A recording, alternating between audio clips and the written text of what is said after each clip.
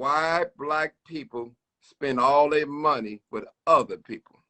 That's what I want to stay with. Oh Go ahead. no, I'm going to answer the question very directly. So, and from what I've seen in the comments and from my personal experience, first impression is a lasting impression. If I'm going to spend my money, however I earn it, minimum wage, doctor, lawyer, nurse, whatever, if I'm working hard for that dollar, and I walk into, let's just say you're selling, you're a car dealership, because I'm pretty sure you know a lot about cars or something mechanical, right? Just by looking at you, you look like you know how to fix some stuff. If I'm going into your mechanic shop or your car dealership to get my car fixed, I'm calling you over the phone. I'm talking to your customer service representative. He or she, depending on what mood they're in.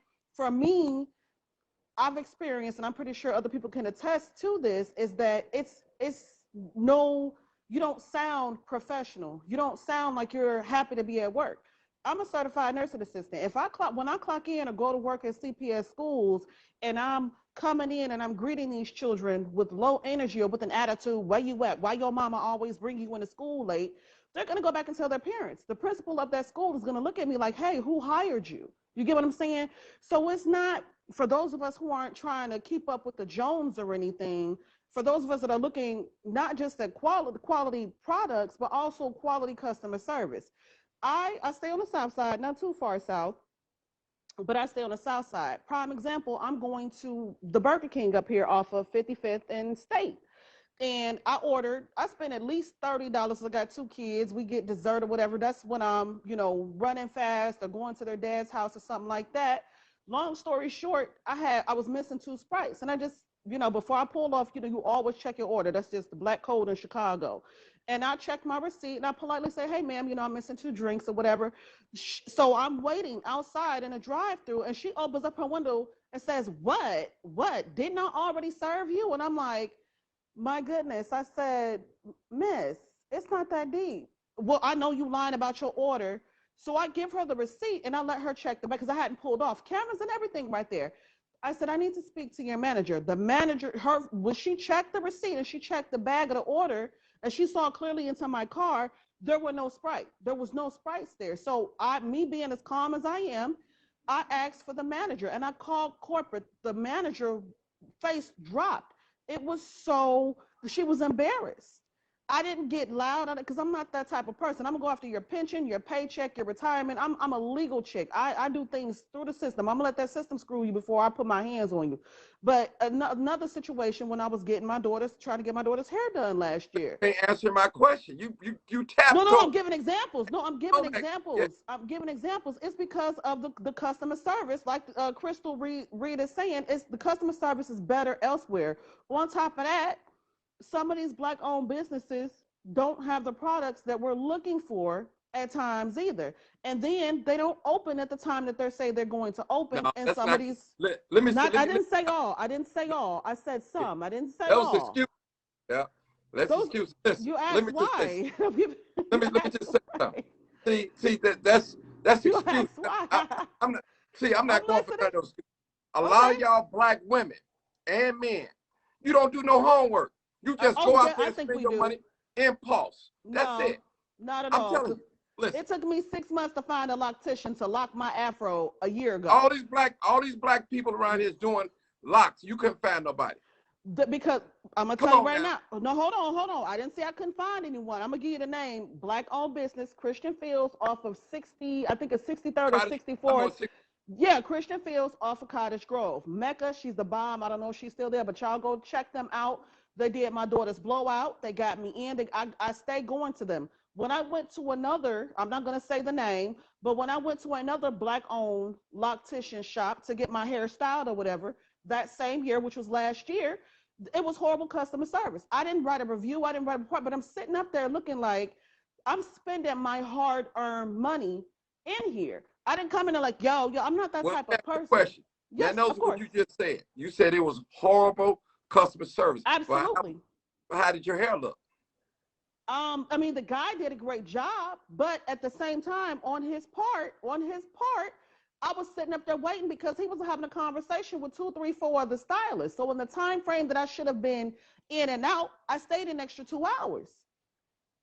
That's all I'm saying. It's not necessarily about, oh, we want to go and keep up with the Jones. And yeah, we could have these black-owned businesses, but you got to count also, and correct me for the finance people on here. Last time I checked, it's very difficult for blacks to get a hold of capital as well. And then on top of that, I've come across some black-owned businesses that aren't prepared. If I know I'm needing my son's haircut and you approaching me in a Walmart and it's Johnny with Karen and their hair cutting services, and they cut black hair too, but Raekwon approaches me saying, hey sis, I see you got a little boy here. Where does his father take him to get his hair cut? His father goes to a black-owned barbershop. I don't know where, but my whole thing is, if you want my business, why not have your business card? And then on top of that, the aggression with it. Don't come up to me as if I owe you. Why you shopping up in here when you could be shopping over there? Or when you're calling a black-owned business, not all of them, but some of them, with an attitude. Well, let me ask you a question. Go ahead. Let me ask you a question. Absolutely. Have you ever had a problem with your light bill? Of course, comment. Come on now. You still patronizing that place, aren't you? I get where you're going. No. I'm telling you. See, I'm trying to wake your eyes up to something, sister. That's what I'm trying to get you to see. Very. Listen. And I saw you went there with the last person. Again, I'll say, because we choose, I deliberately seek out black-owned businesses, just like a lot of people in your feed, for those of us who are about that life, right? So if I'm deliberately taking the time out to go on my computer or my cell phone, or whatever, I'm driving by. Stop for a minute. Tell me some black-owned business that you support. I want to hear. Christian Fields. Okay. There's a beauty supply store, I think it's near Jeffrey, that I support, that's black-owned.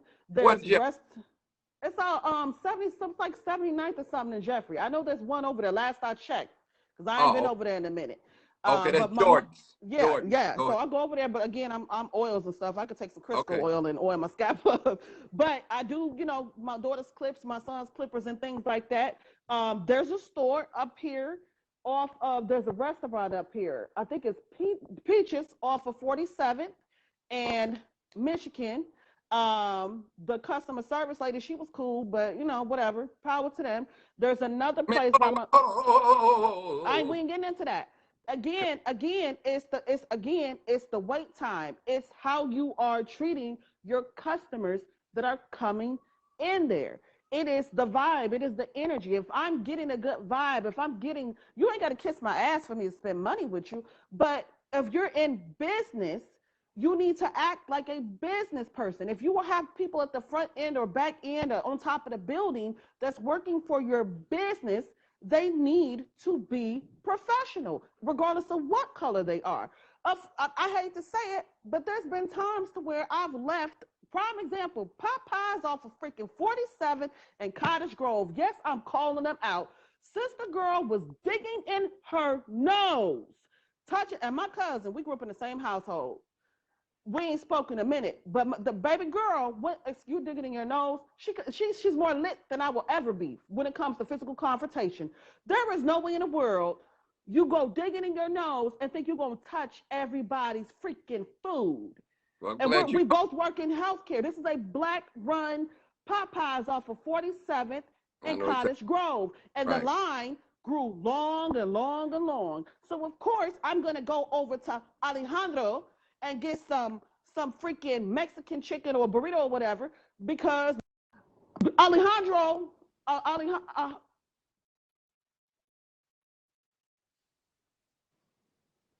I'm here. My bad. They're not digging in their nose. I was getting the back feet. Well, how you know? How you know they're not digging in their nose? You don't know that. Because if they're making the food in front of you, I mean, that don't mean they're not digging in their nose. Okay. You get what I'm saying? So my whole thing, like I said, if they're making the food in front of you and you can see, you get what I'm saying? Popeyes, my cousin flat out saw the lady. Right, and I understand. Y'all did the right thing. So again, it's not to keep up with the Jones, but at the same time, a first impression is a lasting impression. And I think a lot of people. No, because see, y'all say that when it comes to black people, black businesses, but y'all support these white businesses and still go in now. A lot of y'all do. Name a black-owned grocery store on the south side of Chicago. We don't have one. We don't have one. Name. That's not the point. Hold on. That's not what I'm talking about. I'm talking about other businesses. Other businesses that y'all support that's not black have a hard time and you still go back in there. Name a black-owned a shopping center like Walmart. Listen, that's not what I'm talking. That's a big box store. Listen, I'm not talking about that.